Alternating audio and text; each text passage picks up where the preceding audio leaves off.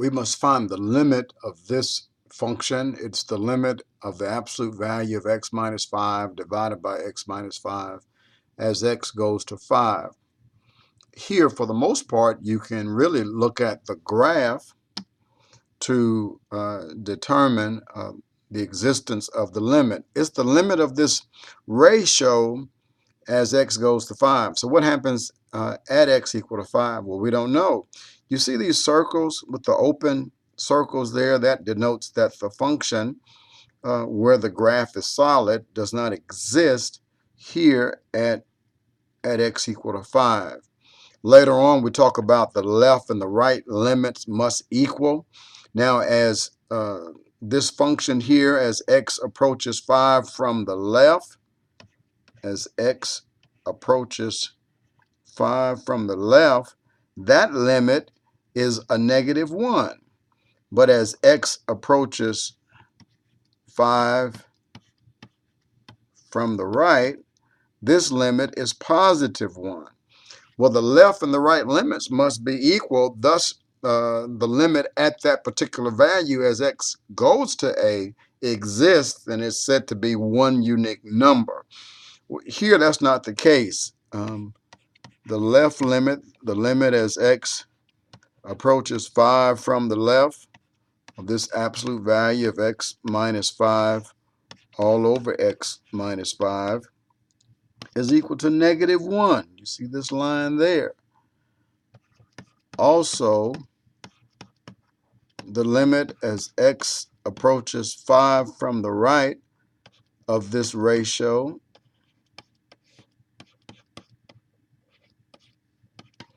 is equal to positive 1. Well, the left and the right limits must be the same. This is said here to be the left side limit, and this is the right side limit. Well, they must be the same, so we say that if the limit of a function f of x as x approaches a from the left is equal to L, and the limit of the function as x approaches a from the right is equal to L, then the limit of that function f of x as x approaches a is equal to L. Here, if we don't have this, then the limit does not exist for the function.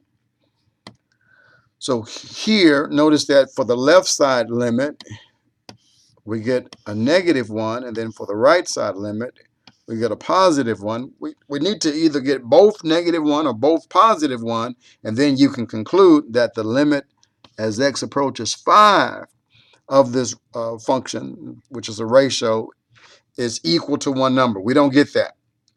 We get two numbers. So that's why the limit here does not exist. Consider this limit of 4 over x minus 6 as x approaches 6. It says use the graph to find the limit. Now notice here as x approaches, this is 6, this is the vertical line, x equal to 6, as x approaches 6 from the left. Watch that. So here, that limit says the limit of 4 over x minus 6 as x approaches 6 from the left. Look at that. This guy goes to negative infinity. It blows up in the abyss. As x approaches 6 from the left, it goes down. This is negative infinity.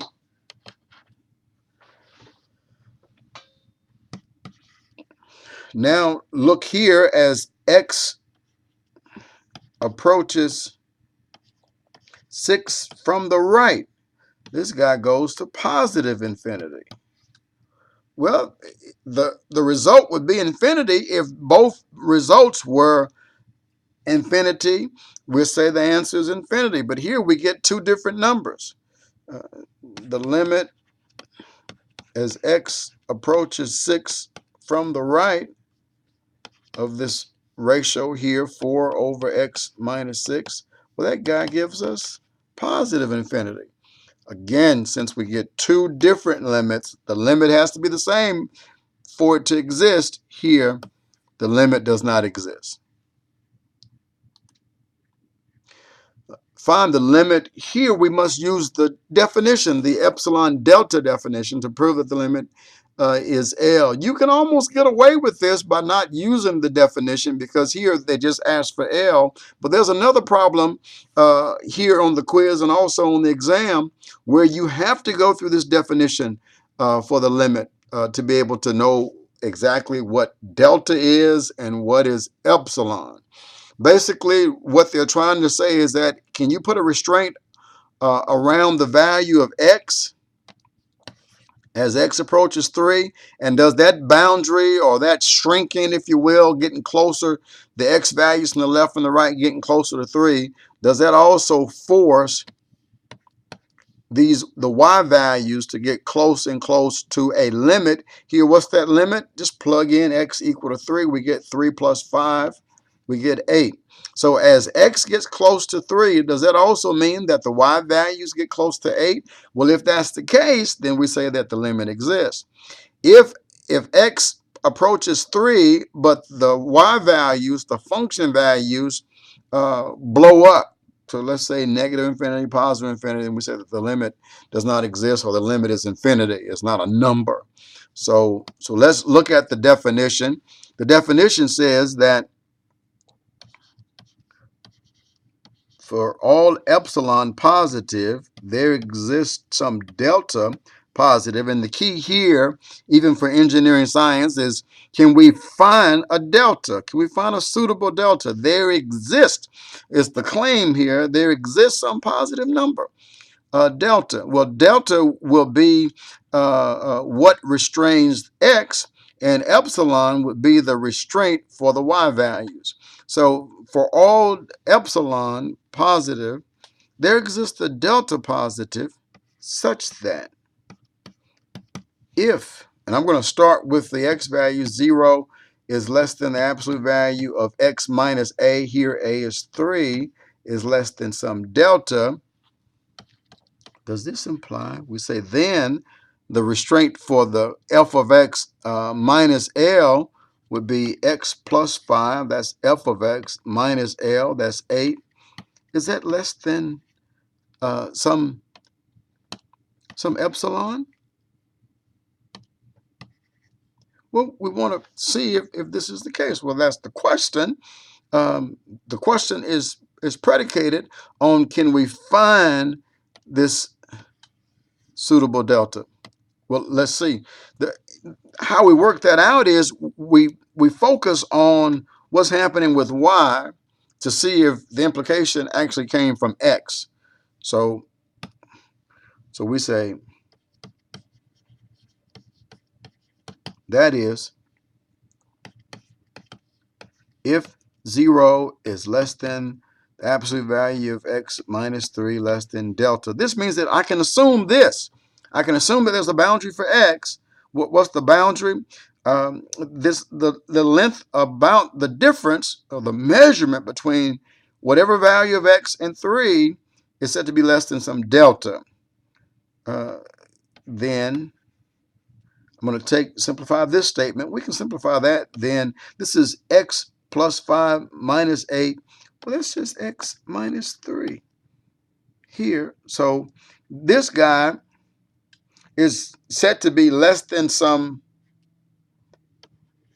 epsilon, but notice we get the same inequality here for what's less than delta, this x minus 3. Now we said we can assume that x minus 3 is less than delta.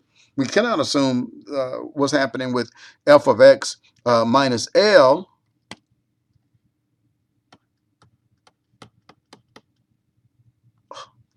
Sorry.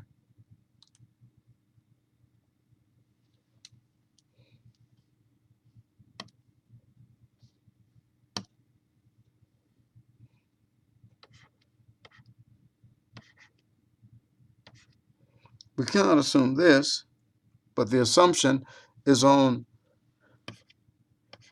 here x minus a. This absolute value is less than some delta.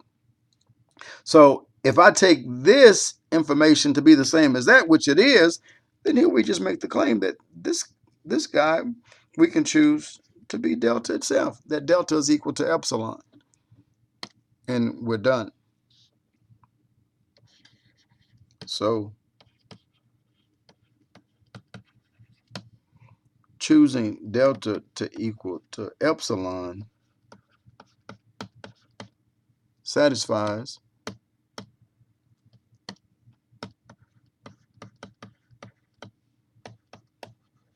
the condition. Now, what are we saying? If we take this math jargon, what are we saying? What they're saying is that it doesn't matter what you bound these x values for delta, or what you bound these y values for epsilon. Doesn't matter, because here this is a linear function, y equal to x plus 5, that travels in infamy. And so here, yes, if I stop at a particular value, x goes to 3, x equal to 3, I get y equal to 8. We're done on whatever side. If I'm traveling x values smaller than that, getting close to 3, I'm going to get 8. If I look at values greater than 3 and then I want to wind back down to 3, I'm still going to get the y value 8. Doesn't matter what neighborhood that you choose for x or y. Doesn't matter. That's what they're saying there.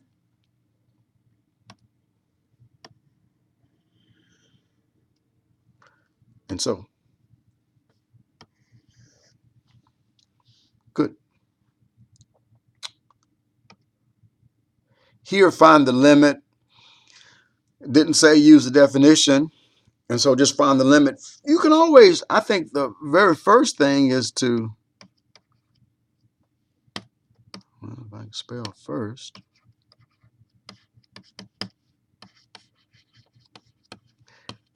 check to see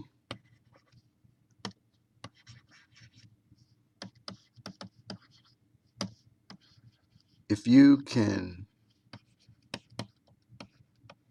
just plug in the value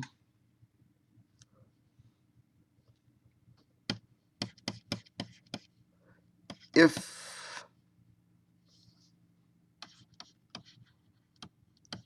the function here, limit,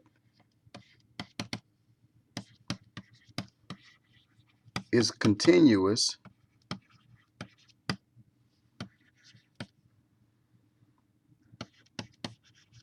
at the value of x equal to a,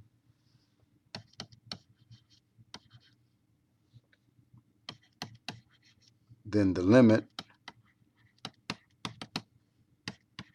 is determined straightforward.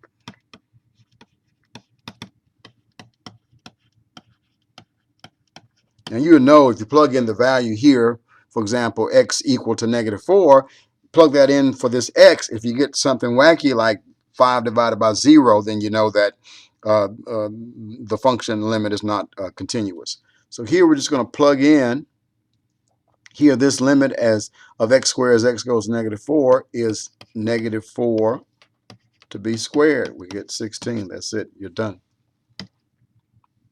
Find the limit, the same thing. We can plug in here the limit as x goes to 0 of 4x minus 8. Well, that looks like this is 4 times 0 minus 8. Just get -8. Again, we can plug in the limit here as x approaches 109 of the cube root of x plus 16. Well, let's see what happens if we plug in x equal to 109. So we have 109 plus 16. It gives us, don't even have to write the limit anymore because the limit of a constant is a constant. So this is just the cube root of 125. And that looks like what? 5 to the third? And so we just get 5. I don't know how come I can't write 3's.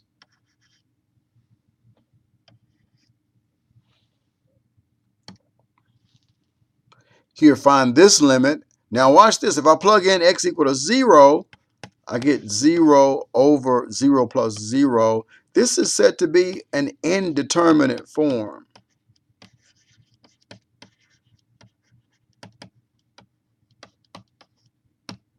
You remember, if it's indeterminate, then we have one of 3 choices.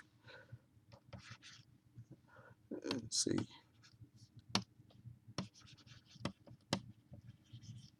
Method of solution or method of simplification is, let's see if you can factor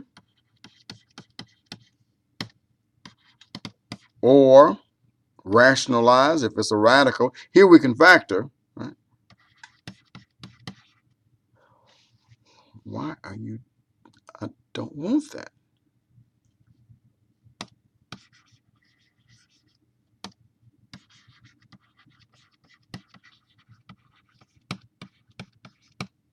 Rationalize or see if you can apply L'Hopital's rule.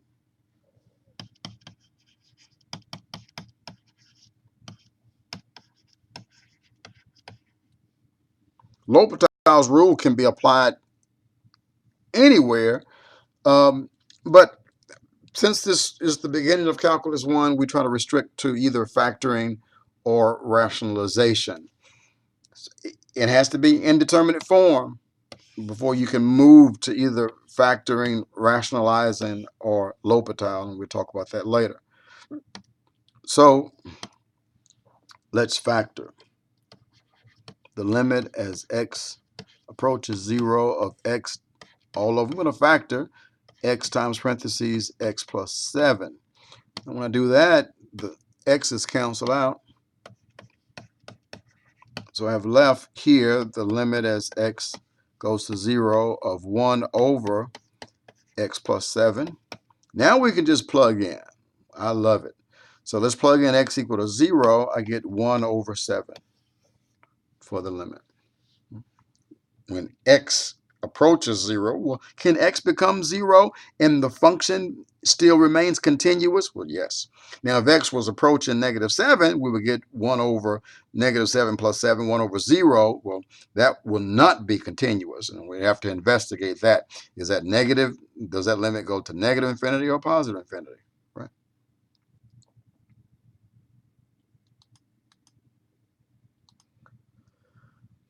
Okay, here, find the limit. If an answer does not exist, enter DNA does not exist. Okay, DNE, excuse me. DNA is something in your body. Okay, well, let's check. Plug in x equal to 4, I get 0 divided by 0. So that's indeterminate. It looks like we can factor. All right. So we do that. We have the limit as x approaches 4. This is x minus 4, and then on the bottom, x plus 4. I'm trying to follow this scheme right here, times expression x minus 4. And then it looks like we can cancel out. And when we do that, we have left the limit of 1 over x plus 4 as x approaches 4. Now let's check the limit. As x approaches 4, what happens when x is equal to 4? Well, I get 1 over 4 plus 4. That's continuous. That exists. We just get 1 over 8. Find the limit here. Well, let's check. Let's check x equal to 3. Well, this would give me the square root of 4 minus 2 over 3 minus 3. Well, that gives me 0 divided by 0. Indeterminate, so we can either factor. Well, there's nothing to factor here. Well, there's a radical, so we rationalize. So this is the limit as x approaches 3 of the square root of x plus 1 minus 2 all over x minus 3 times the conjugate. Remember that? You spent a lot of time in algebra doing that. The square root of x plus 1 plus 2 divided by the square root of x plus 1 plus 2. Now what we're going to do is for the numerator, we're going to multiply that through. So we get the limit as x approaches 3. First time the first gives us x plus 1. Outer times the outer, inner times the inner cancels out because we multiply by the conjugates. That's just minus 2 times 2 is 4. All over, keep the bottom the way it is, just put them in parentheses. Okay, simplify that numerator a little bit more. This is the limit as x approaches 3. Here I get x minus 3. And that's all over x minus 3 times parentheses again x plus 1 here, then plus 2. Well, it looks like we can cancel out x minus, oops, the wrong one. Sorry, Charlie.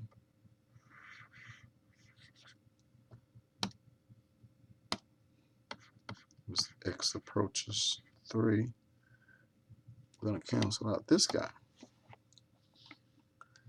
And we have left the limit, as x approaches 3 of 1 all over the square root of x plus 1 plus 2.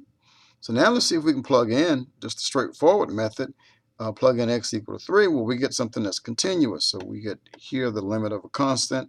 This becomes the square root of 4 plus 2. So that gives us 1 over 2 plus 2, just 1 over 4 is our limit. Consider here the following function. F of x is equal to 8x plus 2. Find the limit. This is the limit definition. Well, you got two definitions. You got the limit definition by Augustin Cauchy, and then you have the limit definition combination of Newton and Leibniz. So we use the mechanical or the definition in terms of how the physicists Newton was considering physical quantities, and so he dealt with this term that we call delta in this sense, this delta x. Cauchy used that delta, right, and also the epsilon, just the Greek notation there, to find what he classified as the rigor of the limitation. Well, let's continue. So this is the limit as delta x goes to 0. The function here, f of x plus delta x, wherever you see x, just write x plus delta x. So here I have 8 times parentheses x plus delta x. And then that's plus 2. But then it says minus f of x, well, parentheses 8x plus 2. That's all over delta x. Now it's just left up to you to simplify.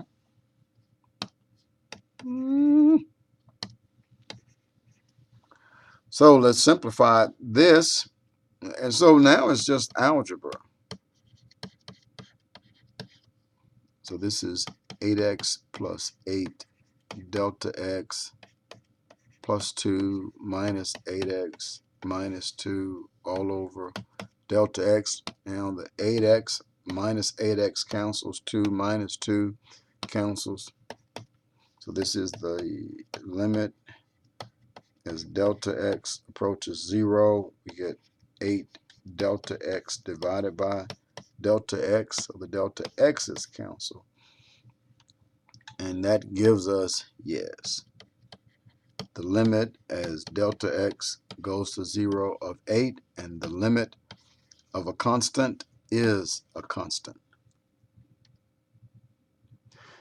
Here, find the limit if it exists. If an answer does not exist, enter DNE. Does not exist. Okay, so not DNA. Well, this absolute value has a definition. You know that if x minus 1 is positive, you just drop the absolute value sign. If x minus 1 is negative, then you drop the absolute value sign and you negate that term. So it's negative times negative, you get positive. So here they want us to investigate what happens as x approaches 1 from the right. This function, to graph it, if we were looking at f of x equals the absolute value of x minus 1 all over x minus 1, is in two parts. Actually, the first part, if x is less than 1, then we have f of x is equal to, here, if x is less than 1, then we get negative values from the numerator, so we have to negate that to give us positive values.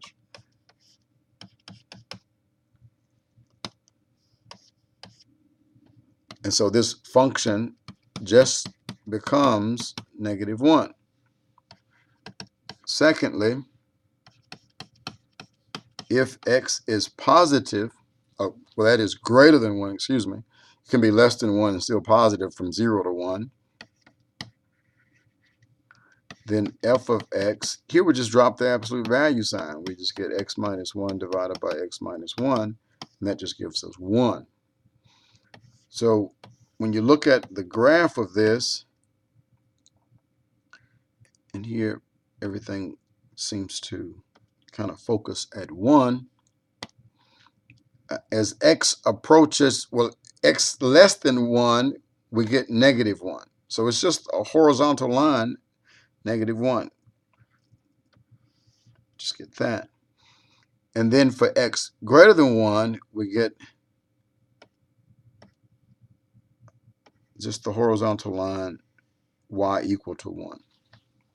But at x equal to 1, it does not exist. Notice, because of the left and the right hand tendency of the limit. So notice the limit as x approaches 1 from the left of the absolute value of x minus 1 over x minus 1 is equal to negative 1, and the limit as x approaches 1 from the right of the absolute value of x minus 1 over x minus 1 is equal to positive 1.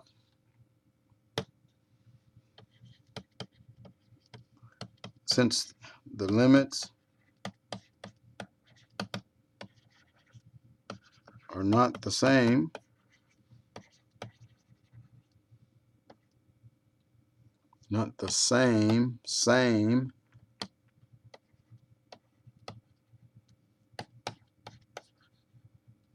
then the limit here of this function as x approaches 1, notice that we don't have the approach from the left or approach from the right, just at that value does not exist.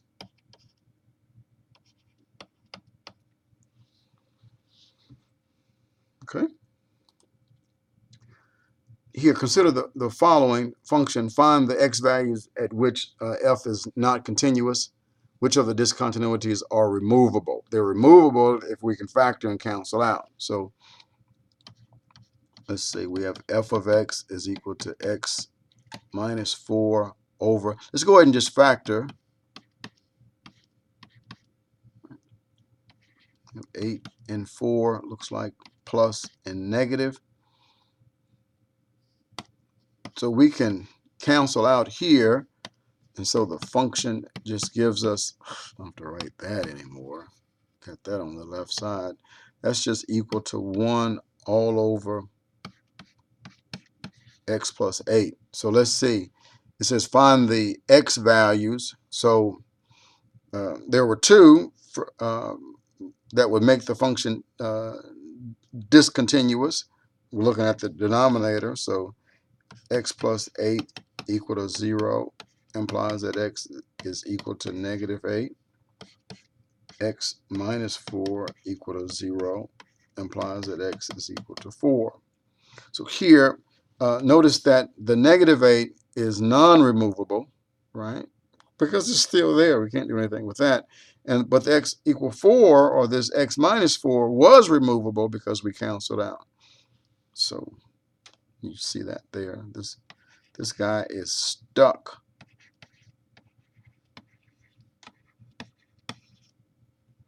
And this number here is removable. We got rid of it because we factored.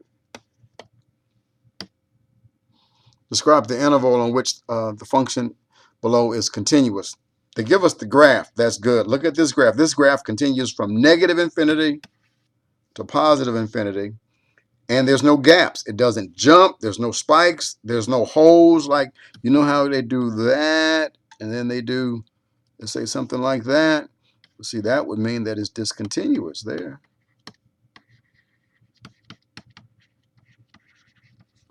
But we don't have that. So this function is continuous from negative infinity to positive infinity just by looking at the graph. You're done. Now let's see when you have a graph and part of it, the function does not exist. So we look at this function. The only trouble that we have is for our denominator.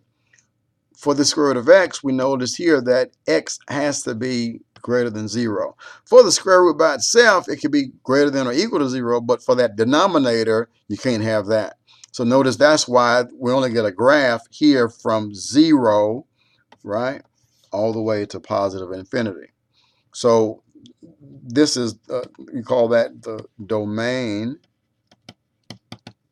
that this guy goes from 0 to positive infinity. It's parentheses and not bracket because we cannot include 0. If you include 0, so you wouldn't choose this, to choose the bracket 0 to positive infinity means that x could equal 0. But if x was equal to 0, right, you would have 4 divided by 0. But this does not exist.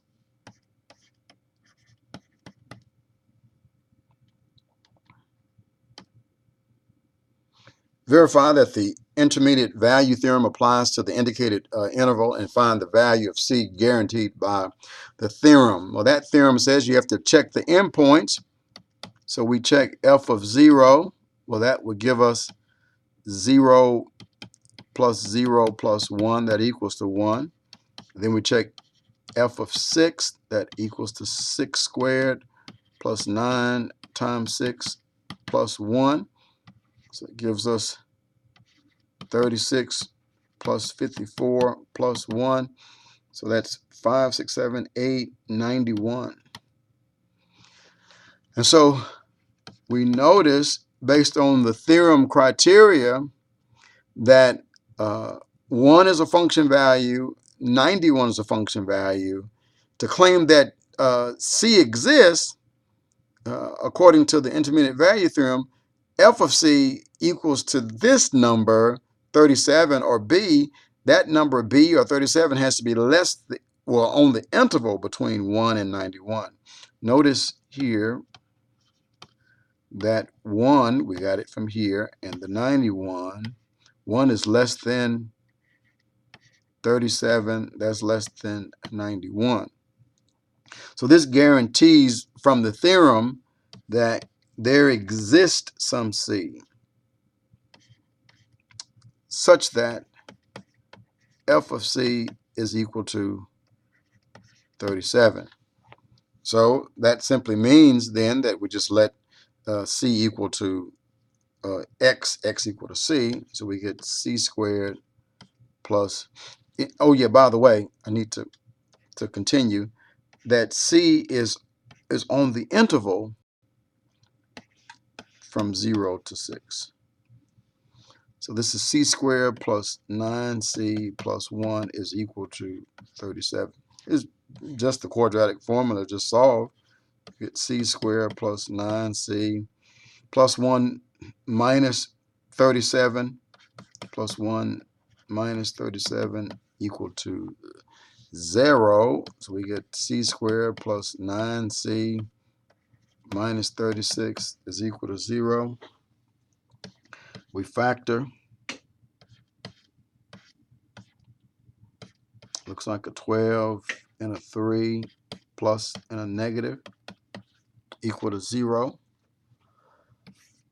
And so we get c plus 12 equal to 0, or c, yes, minus 3 is equal to 0. This gives us c is equal to negative 12, but this is not on the interval from 0 to 6. Then we get c equal to 3, and 3 is on the interval from 0 to 6. So we choose c equal to 3. And that guarantees the theorem. Consider the following function and graph here. Back in Math 112, you considered rational functions and their graph. This function has a vertical asymptote, you recall, of x equal negative 2. There it is there. And so it has the basic graph.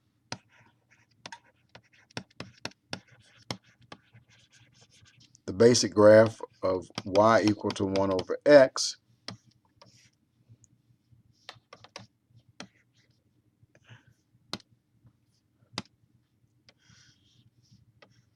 And it just has a vertical shift over negative 2, and we get this graph right here. So it says determine whether f of x approaches negative or positive infinity as x approaches negative 2 from the left and from the right. So as x approaches negative 2 from the left, this direction, as x approaches negative 2 from the left, this guy blows up down in the abyss to negative infinity. Right, there it is there. And then as x approaches negative 2, from the right, this guy goes up into positive infinity. So you see that. You go back, you look at the graph. I'm looking at the graph, that's all. You can look at the graph and you can do your analysis. Determine whether the graph of the function has a vertical asymptote or a removable discontinuity at x equal negative 5. Graph the function using where you can use your graphing utility at, for homework and the quizzes, but not for the exam. And I give you an easy problem where you don't even need to use the graphing utility. You can do it by hand. Well, notice that I can factor the numerator.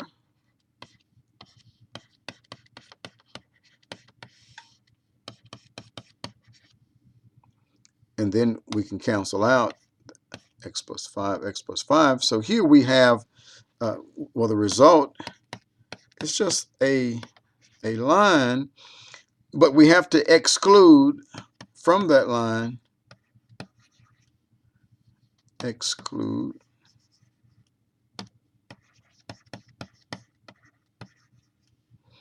x equal to negative 5.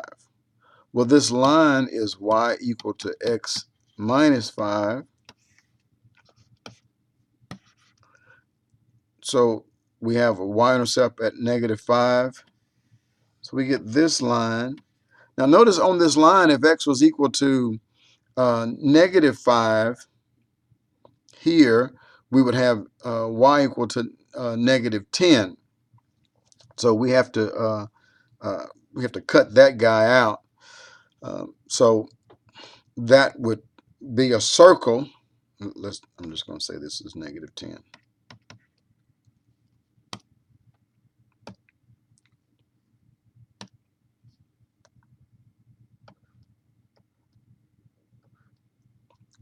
And so we choose This was a removable discontinuity. It's discontinuous from the original function. Is discontinuous at x equal -5 because x is not equal to -5 for your denominator.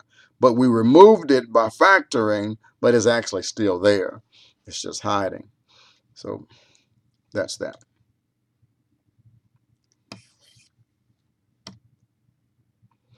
Find the limit if it exists. This is the limit of this function as x approaches 8 from the left.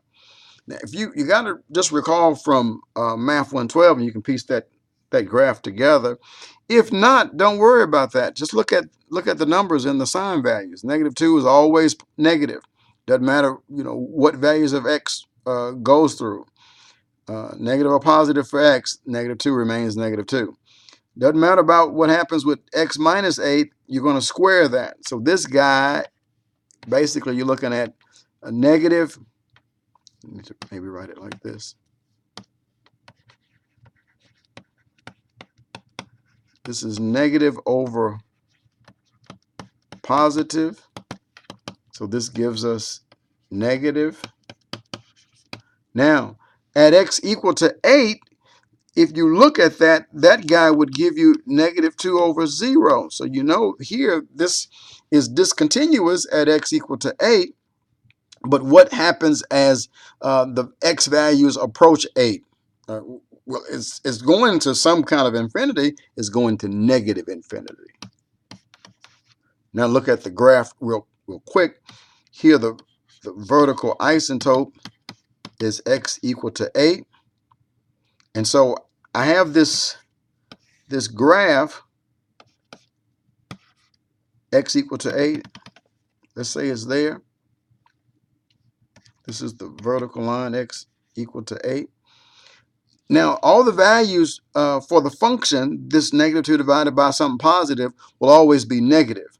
So this graph does this. It's asymptotic, right? The horizontal asymptote, you recall, the horizontal asymptote is y equal to 0. It's the x-axis. So it doesn't cross the x-axis and it doesn't cross x equal to 8, but it travels. Red is not good. It's always negative. Negative. So as x approaches as x approaches 8 from the left, this guy goes to negative infinity. As a matter of fact, as x approaches 8 from the right, it still goes to negative infinity. Right?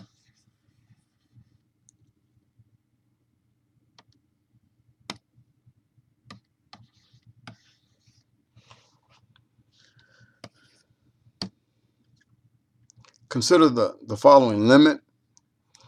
Now, if we plug in x equal to 8, that gives us 3 times 8 plus 8. So we get 24 plus 8, that gives us 32.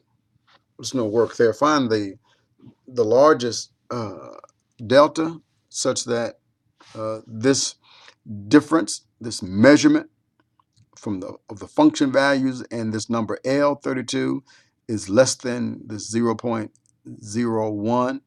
They're saying that this guy is really epsilon.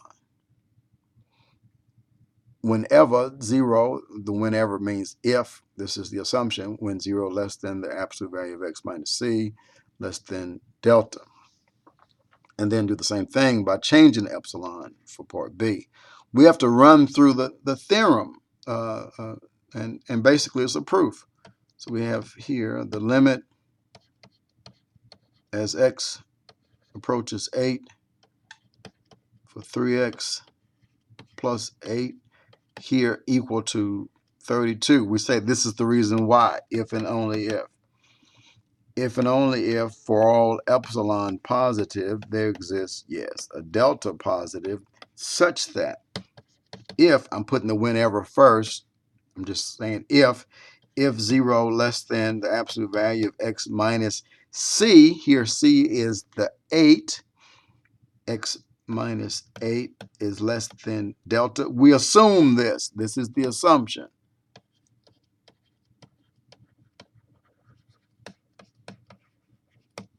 The assumption means I can use it. Then Does this show that the absolute value of f of x minus L? Well, f of x is that 3x plus 8 minus L, that's 32. Is that less than some epsilon? Well, we determined delta from epsilon. So this is if 0 less than absolute value of x minus 8 less than delta. Then, I was going to say this implies, but we'll just say then, keep the same language. Then the absolute value of 3x plus 8 minus 32 is minus 24. Is less than epsilon. And let me finish this language, and so we can save the epsilon to the end, if you will. So instead of having to rewrite everything over and over again, let me do that.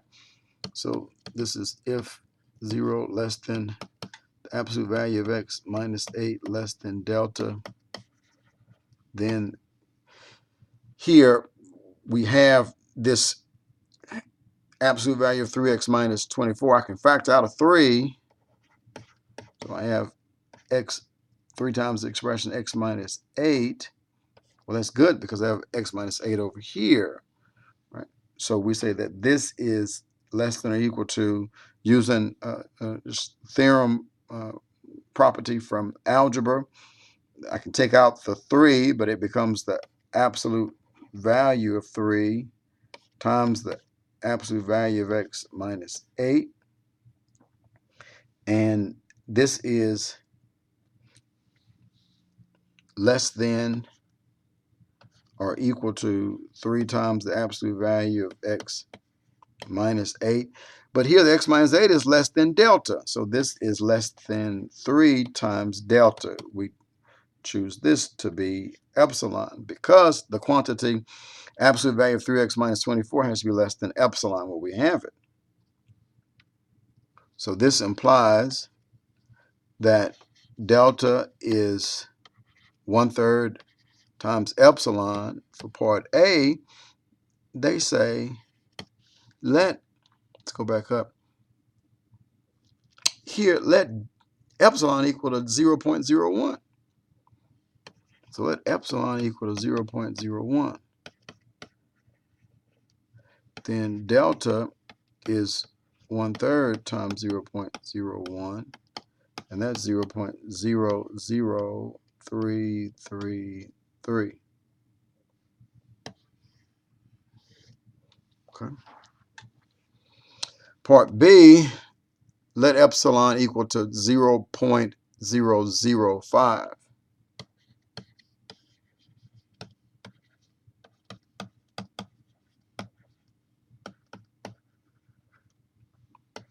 Then delta is equal to 1/3 times 0.005.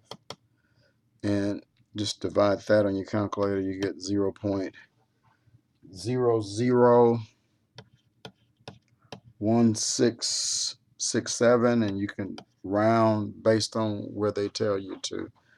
Okay. Find the limit here. So all we're doing is just simplifying. Is the limit as delta x goes to 0. We're going to simplify this guy here. So that's just FOIL that out. So this is x squared, plus 2x plus delta x squared minus 6x minus 6 delta x minus x squared plus 6x minus 9 all over delta x. And the guy is not matching.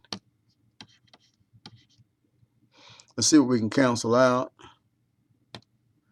X squares.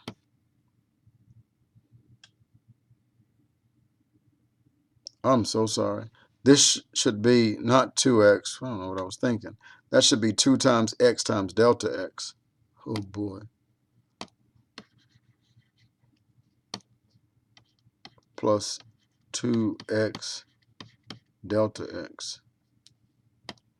All right, let's see what we can cancel. The minus 6x plus 6x. And it looks like I left off this plus 9 right here. Daggone it. Let's see, where did that guy go?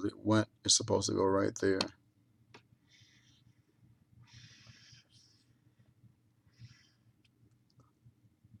Well, we apply the eraser rule. It was a plus 9. Minus, did you catch that? I'm sure you did out there. Somebody was saying while I was writing, no, the plus 9. Right, minus 9. Do I have that right? So let's see. The plus 9, the minus 9 cancels. The minus 6x, the plus 6x cancels. Let's see what we have left. The limit as delta x goes to 0. Just right what we have left. If I can do this, I have this term here, and that term. They all have a delta x in them. I'm going to go ahead and factor out the delta x. So this is 2x parentheses plus delta x minus 6 all over delta x, because now I want to factor or cancel out the delta x. And then we have left the limit as delta x goes to 0, and this is 2x plus delta x minus 6. Now we just plug in as delta x goes to 0. Well, if delta x is 0, this delta x is 0. Right? And so we have left the limit of a constant here, and that is just 2x minus 6. Now you want to ask yourself the question, what did you just do? Well, the original function is right here. This is that definition of the limit as delta x goes to, let's say here, 0, and this is f of x plus delta x minus f of x all over delta x. If you want to know what the function is, you look at this term right here, which is this guy right here. So the function f of x is x squared, hopefully you didn't hear that, minus 6x plus 9. There's a rabbit or something in this room. So if that's the case, then if I take the derivative of this guy, that gives me 2x minus 6. You see that? So that's all you were doing, was just finding the derivative just based on the definition. Thank you.